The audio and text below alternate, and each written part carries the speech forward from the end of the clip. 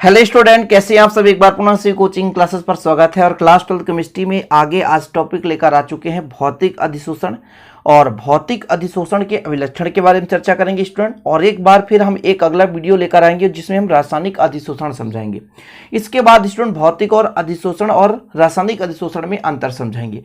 तो छोटा वीडियो बनाने का तात्पर्य यह है प्यारे भाइयों कि आप लोग प्रॉपर रूप से कम समय में छोटा टॉपिक क्लियर करते रहें, बोरिंग ना लगे और आपका प्रॉपर रूप से तैयार होता चले। तो उम्मीद करता हूं कि आज का वीडियो आप लोग अंत तक देखेंगे क्योंकि ये बहुत ही महत्वपूर्ण टॉपिक है और थोड़ा सा बारीकी से मैं पॉइंट बाय पॉइंट लेकर चल रहा हूं। सभी टॉपिक को क्लियर करते चल रहा हूं। पेपर में आने के चांसेस रहें या ना रहें, आप लोग यदि बेसिक से तैयारी कर रहे हैं तो प्यारे भाइयों इस वीडियो को अंत तक जरूर देखिएगा। ओके, और मैं एक चीज और कहना चाहूंगा, यदि आपने अभी तक हमारे ऐप को डाउनलोड नहीं किया तो प्ले स्टोर से जाइए, ऐप को डाउनलोड कीजिए और वहां से भी बेहतर रूप से नोट्स वगैरह वहां पर मिलते रहते हैं, तो वहां पर भी आप अपना पढ़ाई बनाए रखें। ओके, तो चलिए शुरू करें। भौतिक अधिशोषण स्टूडेंट, भौतिक अधिशोषण से पहले हम अधिशोषण समझेंगे। अधिशोषण क्या है कि जैसे किसी ठोस या द्रव द्वारा अपने सतह पर अन्य पदार्थ को आकर्षित कर बनाए रखने की जो घटना है वो अधिशोषण कहलाती है। ये सतह रसायन चैप्टर 5 चल रहा है क्लास 12 केमिस्ट्री का, जिसमें अधिशोषण हमने पहले भी समझाया था। तो अधिशोषण के आधार पर स्टूडेंट ये समझा जाता है कि किसी ठोस या द्रव की सतह पर किस प्रकार से कोई भी पदार्थ आकर के अपना क्रिया कर रहा है। सतह की बात कर रहे हैं, अंदर तक की बात नहीं कर रहे हैं। अंदर भी यदि क्रिया हो रहा तो फिर अवशोषण कहलाता है, लेकिन अधिशोषण केवल पृष्ठ पर या केवल सतह पर। जैसे चौक पे हल्का पानी डालने से चौक के चारों ओर है ना छोटे छोटे जो क्रिस्टल हैं, अणु है उनके, वो गीला हो जाता है, मतलब हल्का नमी उत्पन्न हो जाता है उसमें। तो उसके सतह पर जो भी घटना हो रही है उसे कहते हैं अधिशोषण।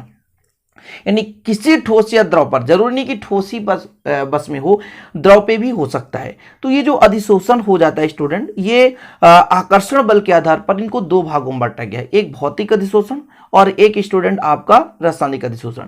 तो इसके पहले हमने बताया था कि जो अधिशोषण है वो सांद्रता के आधार पर दो प्रकार से होता है। सांद्रता के आधार पर मतलब स्टूडेंट उसके सतह पर है ना उस पे कितने अणु परमाणु उपस्थित हैं वो उसकी सांद्रता कहलागी। तो उसके आधार पर धनात्मक अधिशोषण और ऋणात्मक अधिशोषण। वो सांद्रता के आधार पर अधिशोषण को दो भागों में बांटा गया, एक धनात्मक अधिशोषण और एक ऋणात्मक अधिशोषण।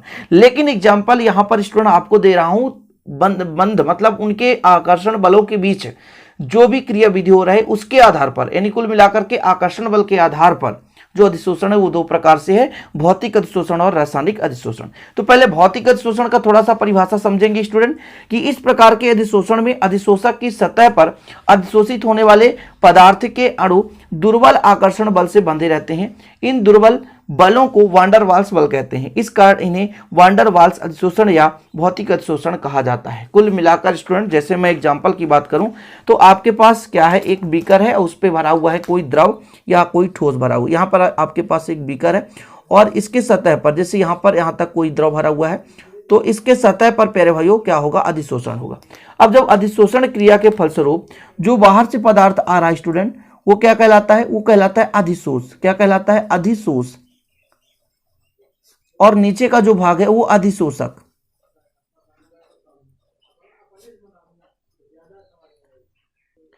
तो ये आपका हो गया अधिशोष और ये हो गया अधिशोषक। अब अधिशोष और अधिशोषक के बीच जब बल हो दुर्बल वान डर वाल्स बल, है ना, कहने का मतलब प्यारे भाइयों जब समान अणु हो सकता है, असमान अणु भी हो सकता है और इनके बीच जो बल कार्य करता है वो दुर्बल वान डर बल होता है। ठीक है, तो जब इन अधिशोष और अधिशोषक के बीच जो बल होता है वो दुर्बल होता है स्टूडेंट, तब उसे हम कहते हैं भौतिक अधिशोषण। मतलब सतह पर घटना हो रही है, सतह पर घटना हो रही है, लेकिन जिन जिन के बीच ये घटना हो रही है उनके बीच जो बल है वो दुर्बल वान डर वाल्स बल है। समझ गए ना कि अधिशोषण हो रहा है, इसकी सतह पर घटना हो रही है, लेकिन इनके बीच जो बल है, जो बल कार्य कर रहा है वो दुर्बल वान डर वाल्स बल होता है स्टूडेंट, तब उसे हम कहते हैं भौतिक अधिशोषण। और यहां पर एग्जांपल समझ ही सकते हैं कि चारकोल की सतह पर गैसों का अधिशोषण। अच्छा, चारकोल क्या है, जंतु का कोयला कैसे कह रहे हैं, जंतु आप समझ गए, विभिन्न प्रकार के जीव जंतु हैं, उनके हड्डियों को जला करके प्यारे भाइयों जंतु चारकोल तैयार किया जाता है। इसी प्रकार से है ना लकड़ी का भी चारकोल होता है, जरूरी नहीं स्टूडेंट कि आपका लकड़ी का चारकोल नहीं हो सकता है, और नारियल का भी चारकोल हो सकता है। तो कोयला कुल मिलाकर, चारकोल का मतलब होता है काला कार्बन, कार्बन का ही एक प्यारे भाइयों रूप होता है कोयला, समझ रहे ना। तो कहने का मतलब जंतु चारकोल या चारकोल, आप किसी का भी चारकोल मतलब कोयला, सिंपल है। तो उसमें गैसों का अधिशोषण एक भौतिक अधिशोषण का एग्जाम्पल है। मतलब जब भी चारकोल के सतह पर किसी गैस का अधिशोषण होता है, मतलब गैस जाकर के वहां पर अधिशोषित होता है, तब उनके बीच जो आकर्षण बल होता है वो दुर्बल होता है, यानी दुर्बल वान डर वाल्स बल भी कहते हैं। अब अपन इसके अभिलक्षण पढ़ेंगे, मतलब इसके लक्षण, इनके प्यारे भाइयों गुण किन पर आधारित हैं, किन किन किन कारकों पर निर्भर करते हैं। और हाँ, आप लोग स्क्रीनशॉट ले सकते हैं, प्रॉपर रूप से नोट्स भी इसका बना सकते हैं, या कि नोट्स के लिए कांटेक्ट कर सकते हैं 9685293949। ठीक है, चलिए। विशिष्टता का अभाव थोड़ा समझेंगे, ये है क्या स्टूडेंट। चूंकि वान डर वाल्स जो बल होता है प्यारे भाइयों सर्वत्र उपलब्ध है, अतः अधिशोषक की सतह पर किसी विशिष्ट गैस हेतु किसी प्रकार की विशिष्टता या बारीकता प्रदर्शित नहीं करती। यह थोड़ी या अधिक मात्रा में भी सभी गैसों में अधिशोषित कर सकती है। कहने का मतलब स्टूडेंट, विशिष्टता का मतलब ये होता है कि जैसे कोई गैस अधिशोषित हो रहा है, कोई गैस अधिशोषित हो रहा है, तो विशिष्ट कंडीशन यानी विशेष एक मतलब नियम पर आधारित एक विशेष स्थिति है कि उस स्थिति पर ही ये कर सकता है। लेकिन ये जो दुर्बल वान डर वाल्स बल होता है ना, ये नहीं देखता कि टेम्परेचर इतना होना चाहिए, दाब इतना होना चाहिए, है ना, ताप इतना होना चाहिए, कुछ भी नहीं देखता। ये सिंपल तरीका है, दुर्बल वान डर वाल्स बल कोई भी गैस है, कोई भी अणु परमाणु है, कहीं भी सिंपल तरीके से लग जाता है। मतलब विशिष्टता का अभाव है, इस कारण से भौतिक अधिशोषण बहुत आसानी से होता है। मेरे बात को समझेंगे आप लोग। भौतिक अधिशोषण में विशिष्टता का अभाव का मतलब यह होता है कि इसके भी जो दुर्बल वान डर वाल्स बल पाया जाता है, इसमें किसी विशेष कंडीशन के लिए जरूरत नहीं पड़ती, यानी किसी विशेष स्थिति में यह घटना नहीं होती। नॉर्मल ही किसी गैस पर यदि किसी गैस का या किसी ठोस पर किसी गैस का या किसी द्रव पर किसी गैस का अधिशोषण हो रहा है, तो इनके बीच नॉर्मल तरीके से बिना किसी प्रतिबंध के, बिना किसी कंडीशन के, इनके बीच दुर्बल वान डर वाल्स बल कार्य करने लगता है। इसलिए भौतिक अधिशोषण थोड़ा सा आसान होता है। दूसरा अपना है गैसों की प्रकृति पर स्टूडेंट, कि जो अधिशोषण होगा वो गैस की प्रकृति पर भी निर्भर करती है।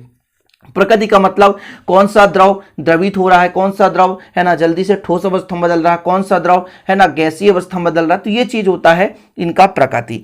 तो यहां पर समझेंगे थोड़ा कि अधिशोषित होने वाली गैस की मात्रा गैस की प्रकृति पर भी निर्भर करती है।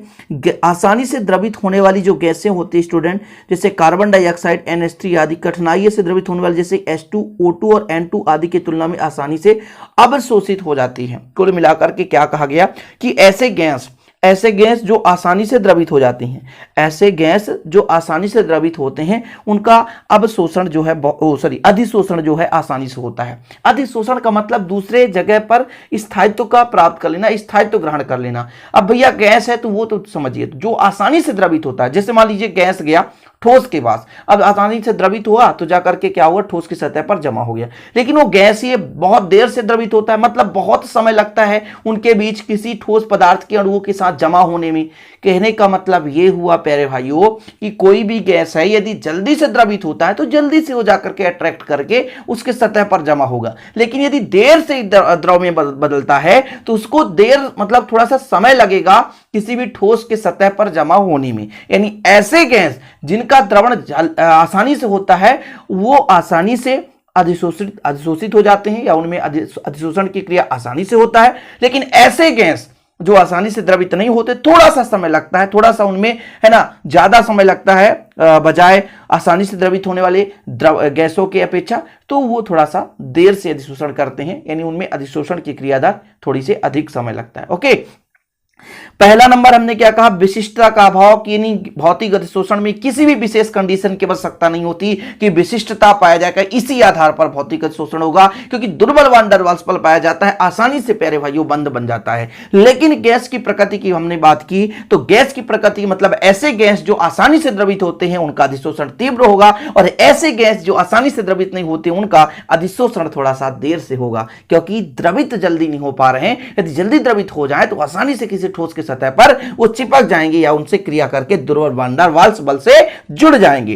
तीसरा, अधिशोषक की प्रकृति। भैया जिस पर अधिशोषण हो रहा वो चीज भी मतलब जो ग्रहण करने वाला वो भी चीज होना चाहिए। जैसे आप 5 रोटी खा रहे हैं तो रोटी की प्रकृति में मुलायम है तो आसानी से आप चबा जाओगे प्यारे भाइयों, और यदि वही हार्ड रोटी है, हार्ड तो उसे आप चबाने में थोड़ा सा आपको समय लगेगा। उसी प्रकार से किसी ठोस पर किसी गैस का अधिशोषण, यदि सॉफ्ट गैस है तो आसानी से अधिशोषण हो गया उसका, लेकिन वही थोड़ा सा हार्ड गैस है, बाद में द्रवित होता है, तो प्यारे भाइयों वो आसानी से नहीं हो पाएगा। ओके, उसी प्रकार यदि हम अपने ऊपर की बात करें कि हमारे पास यदि दांत है तो फटाफट रोटी चबा जाओगे, लेकिन दांत ही नहीं आपके पास तो फिर रोटी कैसे चबाओगे? तो अधिशोषक की प्रकृति पर भी अधिशोषण डिपेंड करता है। कहने का मतलब जिस पर हो रहा है, जैसे हम पर अधिशोषण हो रहा है, हम रोटी चबा रहे हैं, तो हमारे ऊपर भी निर्भर करेगा। तो अधिशोषक जो कि मुख्यतः ठोस होता है कि प्रकृति इसके सतह क्षेत्रफल से संबंधित है। जंतु, चारकोल, सिलिका, जेल तथा एल्यूमिनियम को इनके छिद्रयुक्त प्रकृति तथा उच्च सतह क्षेत्रफल का अच्छा अधिशोषक माना जाता है। थोड़ा समझेंगे, यह किताबी भाषा है, किताबी भाषा आपको समझ में नहीं आता, हमारे भाषा में आप समझने की कोशिश करेंगे। जैसे कोई भी मान लीजिए ठोस पदार्थ है, जंतु चारकोल है, सिलिका जेल है, एल्यूमिना है, Al2O3 जिसको बोलते हैं कोरेंडम भी कहते हैं, तो प्यारे भाइयों यदि उनके सतह पर छोटे छोटे छिद्र हैं, खुरदुरा है, बिल्कुल प्लेन नहीं है, समतल नहीं है, थोड़ा सा कहीं ना कहीं छोटे छोटे कण उभरे हुए हैं जिनके बीच रिक्त स्थान है, तो कोई गैस आएगा तो उनको जमा होने के लिए उनको स्थान मिलेगा, तो वहां पर अधिशोषण अधिक होगा। जैसे प्यारे भाइयों आप देखते हैं कि यदि मान लीजिए आपका फर्श चिकना है तो पानी बिल्कुल नहीं रुकेगा, फिसल जाएगा, लेकिन वहीं पे खुरदुरा फर्श है, थोड़ा सा पानी आप डाल देंगे तो पानी वहां पर रुकेगा। मतलब कोई गैस किसी ठोस के सतह पर आ रहा है, तो यदि ठोस का सतह थोड़ा सा खुरदुरा है तो वहां पर गैस देर तक रुकेगा, क्योंकि गैस जब द्रवित होगा तभी तो उसका अधिशोषण होगा, तो वो जाकर के उसके सतह पर रुकता है, छोटे छोटे छिद्रों पर रुकता है, गैस का अधिशोषण वहां पर ज्यादा होता है। लेकिन वहीं पर यदि हम ठोस की बात करें कि ठोस चिकना है, प्यारे भाइयों ठोस का बिल्कुल समतल पृष्ठ है, वहां पर कोई रिक्त स्थान नहीं है जहां पर कोई गैस जा सके, तो प्यारे भाइयों वहां पर अधिशोषण नाम मात्र का होगा, बिल्कुल ना के बराबर होगा। तो ऐसे सतह है, जैसे चारकोल क्या होता है, कोयला आप देखेंगे छोटे छोटे छिद्र होते हैं, बिल्कुल समतल प्लेन नहीं होता, कोयला आप जाकर के देख लेना, घर में लकड़ी का भी कोयला आप देख लेना, तो ऐसे जगह में गैसों का अधिशोषण थोड़ा सा आसानी से होता है। ओके, अधिशोषक की एंथैल्पी, एंथैल्पी मतलब एनर्जी, तो अधिशोषण की एंथैल्पी का मान कम होता है और वान डर वाल्स बलों की दुर्बल प्रकृति के कारण इनका मान निम्न होता है। थोड़ा समझेंगे कि जो अधिशोषक होता है स्टूडेंट कि इनमें ऊर्जा का मान कम होना चाहिए। देखो क्यों, ऊर्जा का मान यदि कम नहीं होगा तो बंध आसानी से नहीं बनेगा। यदि प्यारे भाइयों किसी दोस्त के साथ यदि आप दोस्ती बनाना चाहते हैं, वो यदि हार्ड फ्रेंड है, मतलब वो आसानी से दोस्ती नहीं बना रहा है, तो फिर आपका दोस्ती नहीं बन पाएगा। मतलब उसको भी एक मुलायम मतलब स्वभाव का होना चाहिए, एक दया स्वभाव का होना चाहिए आपका दोस्त। उसी प्रकार से जो अधिशोषक हो रहा है प्यारे भाइयों, अधिशोषक की एंथैल्पी का मान कम होना चाहिए, तभी अधिशोषण यानी भौतिक अधिशोषण आसानी से होगा। क्यों? क्योंकि भौतिक अधिशोषण तभी कहलाएगा जब उस पर आसानी से बंध बनेगा, वो भी दुर्बल वान डर वाल्स बल के फलस्वरूप। समझ गए? तो ये हो गया आपका प्यारे भाइयों अधिशोषक का एंथैल्पी। इसके बाद उत्क्रमणीय प्रक्रम की अभी लक्षण पढ़ रहे हैं ना हम कि इनके लक्षण क्या हैं। तो उत्क्रमणीय प्रक्रम का मतलब क्या होता है, जैसे अधिशोषण आपने पढ़ा और अवशोषण पढ़ा। अधिशोषण में दो चीज होता है, एक अधिशोष और दूसरा अधिशोषक। अधिशोष मतलब जिसका हो रहा है और अधिशोषक मतलब जिसमें हो रहा है। आप रोटी खा रहे हो तो रोटी का अधिशोषण हो रहा है, तो रोटी हो गया अधिशोष और प्यारे भाइयों आप हो गए अधिशोषक। तो उसी प्रकार गैस अधिशोषित हो रहा है तो गैस हो गया अधिशोष, और ठोस यानी सिलिका जेल पर हो रहा है तो सिलिका जेल हो गया अधिशोषक। तो उत्क्रमणीय प्रक्रम का मतलब यह हो गया कि गैस ठोस पर आकर जमा हुआ और फिर आकर के निकल गया, मतलब जिस अवस्था में था उसी अवस्था में लौट गया, यह होता है उत्क्रमणीय प्रक्रम। तो किसी ठोस पर जो गैस का अधिशोषण होता है वो उत्क्रमणीय प्रक्रम का होता है, मतलब इसमें अधिशोष को अधिशोषक से अलग करना बिल्कुल आसान होता है। बिना कुछ विशेष कंडीशन के, बिना कुछ विशेष परिस्थिति के, बिना कुछ विशेष क्रियाविधि के अधिशोष को अधिशोषक से हम आसानी से निकाल सकते हैं, अलग कर सकते हैं। इसलिए इसे उत्क्रमणीय प्रक्रम कहा जाता है, क्योंकि ले सातेलिए ने बताया था कि ताप में वृद्धि विशेषण को बढ़ावा देता है। और विशोषण क्या है प्यारे भाइयों? अधिशोषण का उल्टा विशोषण। अधिशोषण का उल्टा विशोषण यानी अधिशोष को अधिशोषक से अलग करना विशोषण कहलाता है। समझ गए? विशोषण किसे कहते हैं? अधिशोष को अधिशोषक से अलग करना विशोषण कहलाता है। ओके, चीजें क्लियर है? ले सातेलिए ने बताया था। या और आगे ये भी बताया था कि दाब में वृद्धि अधिशोषण के अनुकूल है, जबकि दाब में कमी अधिशोषण के अनुकूल नहीं है। ओके, चलिए, तो इतना क्लियर हो गया कि दाब में वृद्धि अधिशोषण के अनुकूल यानी दाब में कमी, ठीक है, अधिशोषण के अनुकूल नहीं है, वो किसके अनुकूल होता है, विशोषण के। किसके, विशोषण, यहां पर विशेषण नहीं विशोषण है स्टूडेंट। तो दाब में जो कमी होगा वो विशोषण के अनुकूल होगा, मतलब अधिशोषण के प्रतिकूल। ओके, चलिए लास्ट है आपका अधिशोषक की सक्रियण। अब सक्रियण का मतलब होता है क्रियाशीलता, सक्रियण का मतलब होता है क्रियाशीलता। कहने का मतलब किसी भी ठोस की सतह कितना क्रियाशील है उस पर डिपेंड करता है प्यारे भाइयों क्या, भौतिक अधिशोषण। तो अधिशोषक या सक्रियण का अर्थ है, अधिशोषक के सक्रियण का अर्थ है कि कर दें कि सक्रियण का अर्थ है कि इसके सतह के क्षेत्रफल में वृद्धि तथा अधिशोषक प्रति इकाई क्षेत्रफल में खाली स्थान या छिद्रों में वृद्धि। आपको मैंने पहले ही बताया था कि किसी खुरदुरा सतह पर प्यारे भाइयों कोई भी गैस ज्यादा मात्रा में अधिशोषित होगा, क्योंकि खुरदरा सतह पर उनके अणुओं परमाणुओं के बीच कुछ रिक्त स्थान होगा, और रिक्त स्थान पर प्यारे भाइयों कोई गैस है जब द्रवित अवस्था में होगा तभी तो वो जाकर के अधिशोषित होगा। तो जब रिक्त स्थान पाएंगे, जैसे आप किसी बारात पे जा रहे हो, कुर्सी खाली है तभी तो आप बैठोगे, अंततः तो खड़े रह जाओगे और मुस्कुराते रह जाओगे। प्यारे भाई मेरे कहने का मतलब ये हुआ कि कोई भी प्लेन सतह है उस पर खुरदुरापन ज्यादा है तो उस पर अधिशोषण ज्यादा होगा, क्योंकि वहां पर जो गैस के अणु परमाणु बैठेंगे उनके लिए रिक्त स्थान मिलेगा। ओके स्टूडेंट, वो निम्न कारण से हो सकता है, यांत्रिक रूप से रगड़ कर या किसी रासायनिक अपक्रिया में सम्मिलित करके, भाप के संपर्क में अधिशोषक को खूब अधिक गर्म करके, जैसे सक्रिय चालकोल, और अधिशोषक को महीन चोड़ बनाकर सतह के क्षेत्रफल में वृद्धि करके। कुल मिलाकर के सतह का क्षेत्रफल बढ़ाएं तो अधिशोषण ज्यादा होगा, और यदि उसको खुरदुरा बना दें, समतल ना रहे, प्लेन ना रहे, तो प्यारे भाई अधिशोषण ज्यादा होगा। तो आज का हम छोटा सा टॉपिक लेकर आए थे, लेकिन ज्यादा समय लग गया प्यारे भाइयों, क्योंकि कोशिश ये करता हूं स्टूडेंट कि ये कहना क्या चाहता है, टॉपिक में आपको समझाना क्या चाहता है, और आपके दैनिक जीवन में इसका उपयोग क्या है, वो चीजें भी मैं सोचता हूं कि आप लोगों को क्लियर होता चले। और अगली वीडियो में हम लाएंगे रासायनिक अधिशोषण के अभिलक्षण, रासायनिक अधिशोषण किसे कहते हैं। तो वीडियो पसंद आए तो प्लीज लाइक करें, दोस्तों के साथ शेयर करें। इसी प्रकार हम आपके साथ वीडियो लाते रहेंगे स्टूडेंट, आप लोगों का प्यार और सपोर्ट बना रहे।